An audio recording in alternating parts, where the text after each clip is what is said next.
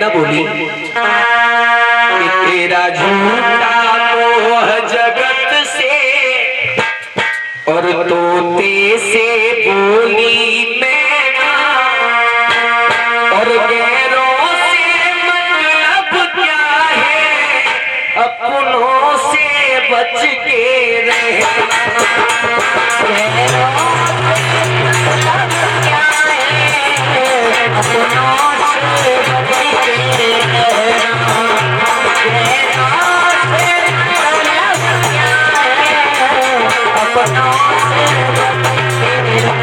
मैना बोली है तोता पागल हो रहे हो, संसार वालों से उम्मीद रख रहे हो क्या वो तुम्हें बचाएंगे, उनकी छोड़ो मैं तुम्हें बचाने नहीं आऊंगी। ये संसार केवल तब तक प्यार करता है जब तक तुम्हारे शरीर में ताकत है, जेब में पैसा है, जब तक तुम किसी के काम आ रहे हो हैं? जब मतलब निकल जाता है तो कोई बात नहीं करता।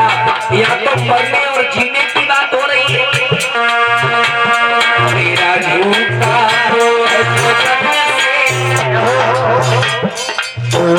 से कोई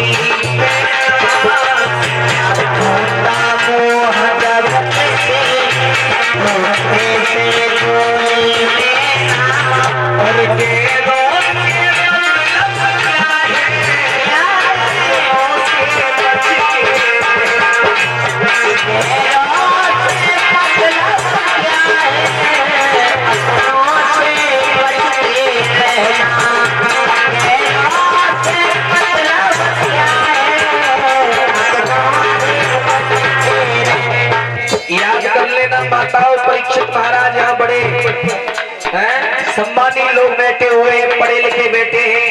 आजकल अपना ही अपने को मारता है। कई प्रमाण दूंगा भजन के माध्यम से। ओ रामचंद्र वनवासी और अपनों से धोखा खाया, रामचंद्र वनवासी अपनों से धोखा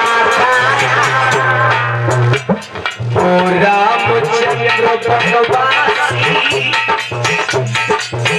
और अपनों से धोखा खाया कि वो कई भी अपनी थी,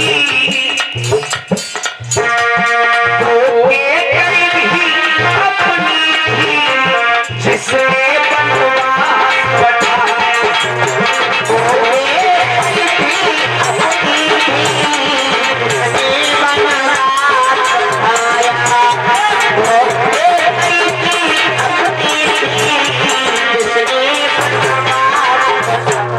रामचंद्र हुए हैं, केकई से धोखा खाया, केकई राम की आखिर मां थी, लेकिन उस मां ने राम लक्ष्मण को 14 वर्ष का वनवास दे दिया।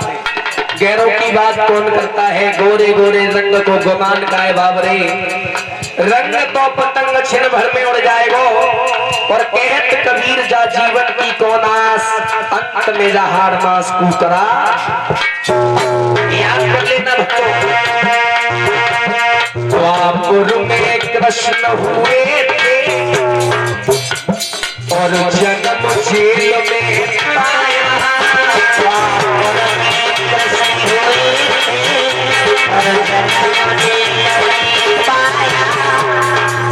और मामा दुश्मन बन बैठा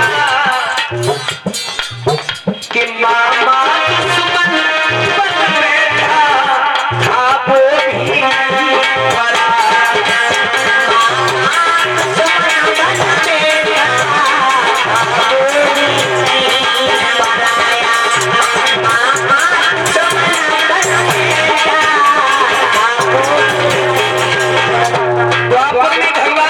हुए मैया, मामा कंस जो था, मामा कंस के पिता का नाम था उग्रसेन, और उग्रसेन और सूरसेन इसका बड़ा घना संबंध है। अगर वंशावली खोलोगे ना, ये बात मैं आपको बताऊंगा। उग्रसेन और वसुदेव मामा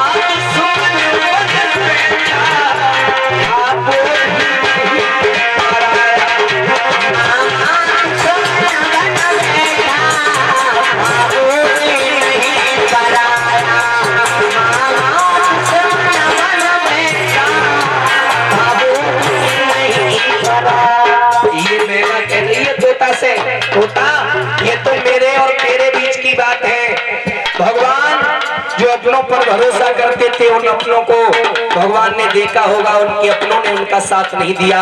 मैं तो एक पक्षी हूँ और एक प्रमाण देकर के बोली, रावण विद्वान हुआ था, रावण विद्वान हुआ था, अपनों से धोखा खाया। रावण विद्वान हुआ था, अपनों से धोखा खाया। रावण विद्वान हुआ था, अपनों से धोखा खाया। वो रावण का नाम सुना है मेरे भक्तों, मेरी माताओं, जिसकी सोने की लंका थी। रावण को मारने वाला कोई पैदा नहीं हुआ था।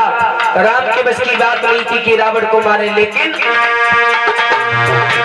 रावण विद्वान हुआ, अपनों से धोखा खाया। हुआ, अपनों से धोखा खाया। कि वो भाई भी था अपना, रावण का भाई था विभीषण, जो राम के दरबार में चले गए। कि वो भाई भी था अपना, जिसने सब भेद बताया। वो भाई भी था अपना, जिसने सब भेद बताया।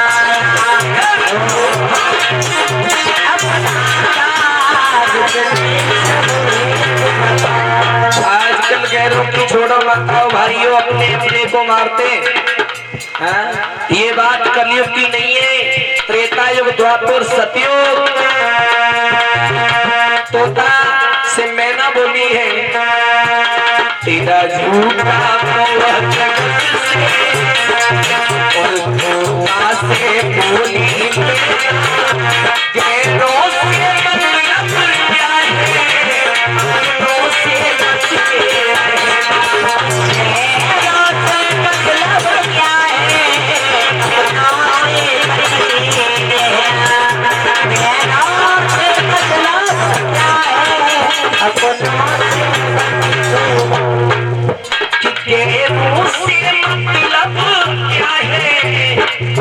और अपनों से बच के।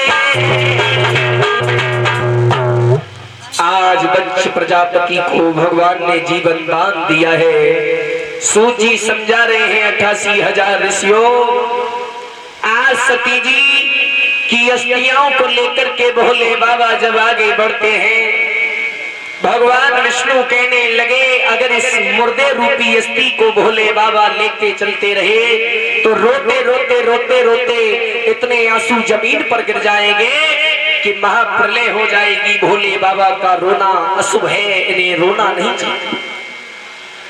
भगवान विष्णु ने अपने चक्र सुदर्शन द्वारा आज सती की अस्थियों को काट काट करके चारों दिशाओं में विभाजित कर दिया। जहाँ पर अनेकों रूप में मैया सती के दर्शन लोग करने जाते हैं। सती के चरण कहीं और गए, पेट कहीं और गया, मस्तिष्क कहीं और गया, हाथ कहीं और गए। भक्तों, जगह जगह नगरकोट, ज्वालामाई, अनेकों रूप में मैया सती जी के दर्शन होते हैं, जहाँ पर सती जी का अंग गया। याद रहे भोले बाबा को शांत कराया है विष्णु जी ने, और भोले बाबा ने भगवान विष्णु की बात को सिरोधारी करके और अपना जीवन जो है यापन करने लगे हैं। धीरे धीरे धीरे धीरे सृष्टि जो है मेरे भक्तों आगे बढ़ती है। और वही सती जी मेरी माताओं जब वहां पर मरी और मरने के बाद हेमांचल नगरिया में राजा हेमांचल की पत्नी मैना के गर्भ से सती जी का पुनः अवतार हुआ। हेमांचल नगरी है, बड़ा सुंदर नगर है, जहाँ के राजा है हेमांचल। उनकी पत्नी मैना के गर्भ से जब सती जी दोबारा जन्म लेकर के आई है मेरे भक्तों, हिमाचल नगरी में खुशियां छा रही। सूत जी महाराज समझाने लगे हैं, भागवत भी सुनते हैं प्रभु, कथाओं को भी श्रवण करते हैं। आज हमें आप ये बताओ कि ये युग क्या है। भोले बाबा की कथा चल रही है, 88,000 ऋषियों ने सवाल कर दिया है, गुरुदेव यह युग क्या होते हैं। सूत जी बोले, युग बड़ा विचित्र सवाल पूछा है मुनियों। अगर मैं युग की बात करूं तो ये युग 4 होते हैं। पहला है सतयुग, दूसरा द्वापर त्रेतायुग, तीसरा द्वापर और चौथा है कलयुग। 88,000 ऋषि बोले हैं, प्रभु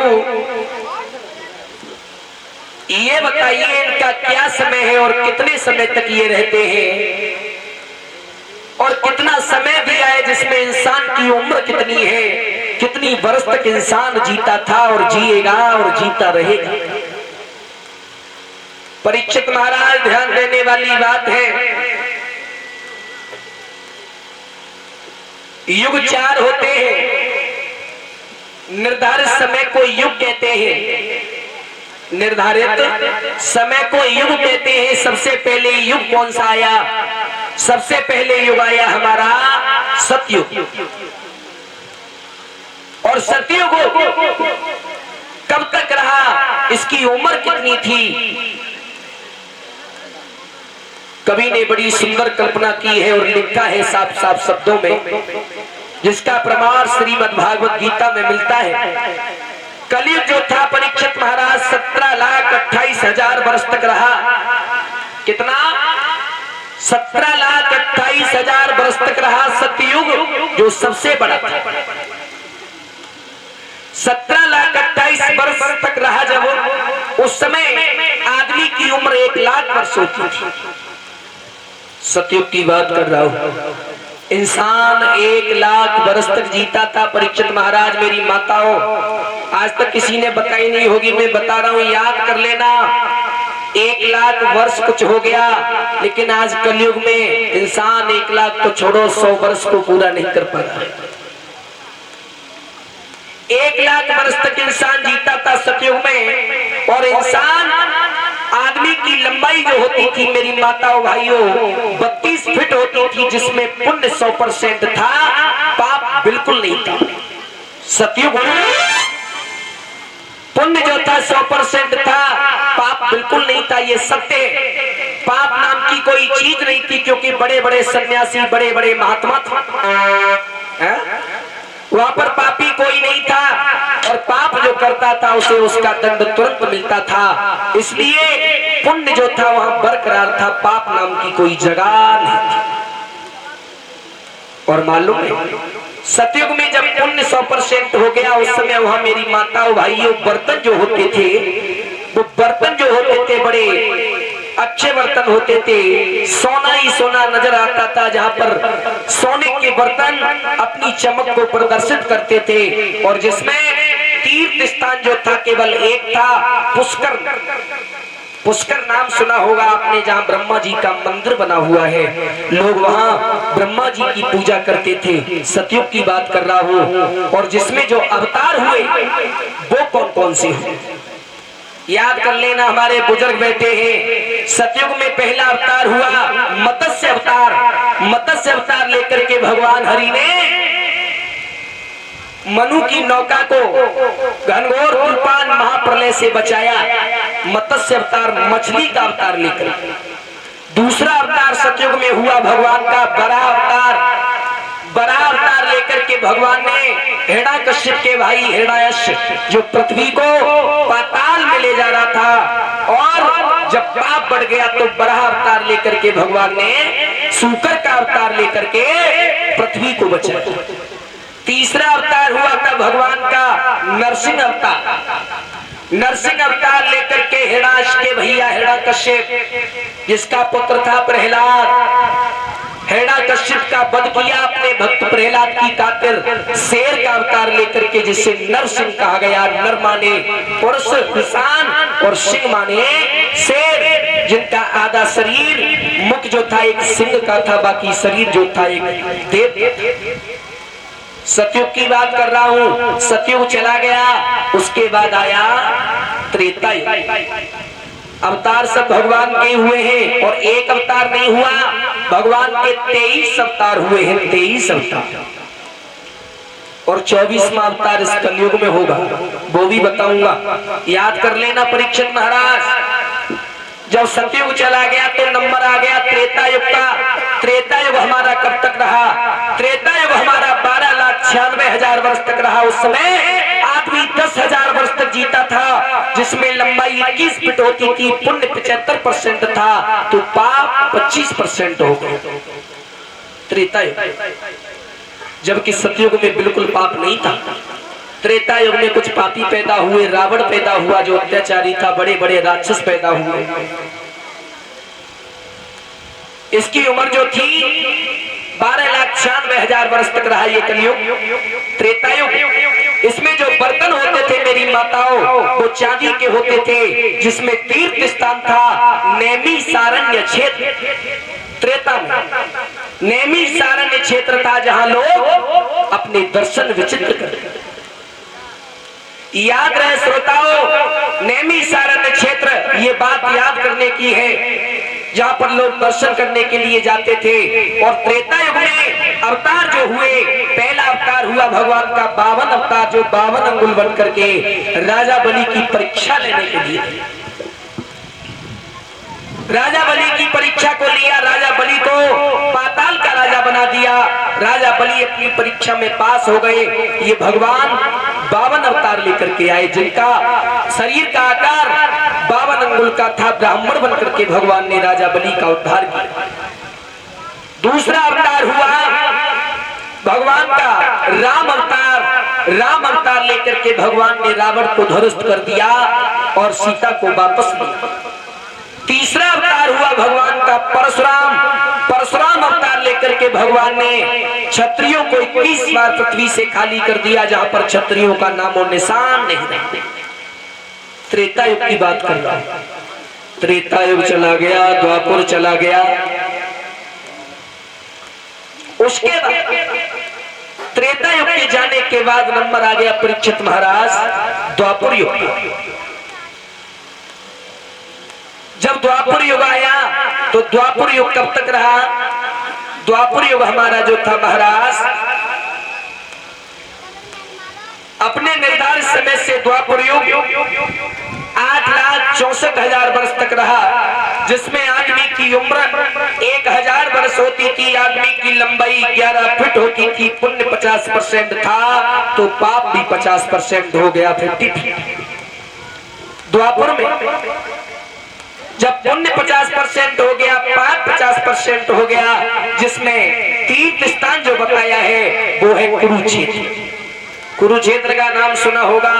तीर्थ स्थान द्वापर में था कुरुक्षेत्र। कुरुक्षेत्र एक माना हुआ वो पवित्र स्थान है, जिस पर ना जाने क्या क्या हो गया। द्वापर युग में कुरुक्षेत्र जो हुआ वो तीर्थ स्थान के रूप में हुआ, और जिसमें जो बर्तन हुए मेरे भक्तों, बर्तन जो हुए तांबे के हुए, जिसमें तीर्थ स्थान कुरुक्षेत्र, और अवतार हुआ भगवान कृष्ण और कृष्ण का। कृष्ण अवतार लेकर के भगवान ने अनेकों राक्षसों का वध किया और मामा कंस को मौत के घाट उड़ा दिया। कृष्ण अवतार लेकर। ये तो हो गया द्वापर। अब रह गया कलयुग। आपको बता दूं महाराज की कलयुग हमारा कितने वर्ष तक रहेगा, इसमें इंसान कितने वर्ष तक जिएगा, ये कोई मैं अपनी तरफ से नहीं कह रहा हूं। प्राण खोल करके देख लीजिए, इसका प्रमाण भी जो भगवान शंकर का बनाया हुआ पुराण है उसमें दिया गया है, शिव पुराण।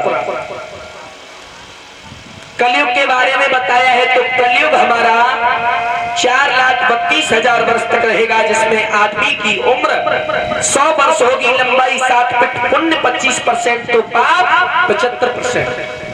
कलयुग की बात कर रहा हूं। याद रहे श्रोता बंधुओं, जब ये सब होगा तो बर्तन जो होंगे माताओं भाइयों लोहे और मिट्टी के रहेंगे, जिसमें तीर्थ स्थान होगा गंगा, जहाँ जाकर के लोग अपने पुण्य को कमाएंगे और पापों को काटेंगे।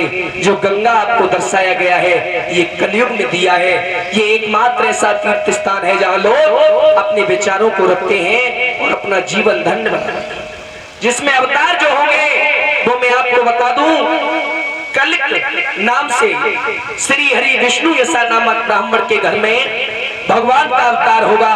कलिक नाम से जो संभल में पड़ता है, श्री विष्णु यशा ब्राह्मण नाम के घर में भगवान का अवतार होगा। लेकिन अभी नहीं, जब तक ये 25% पुण्य जो है खत्म हो जाएगा, पूरा 100% हो जाएगा, उस दिन महाप्रलय होगी भक्तों, और दोबारा सृष्टि का फिर कल्याण होगा। भगवान अवतार लेकर के आएंगे।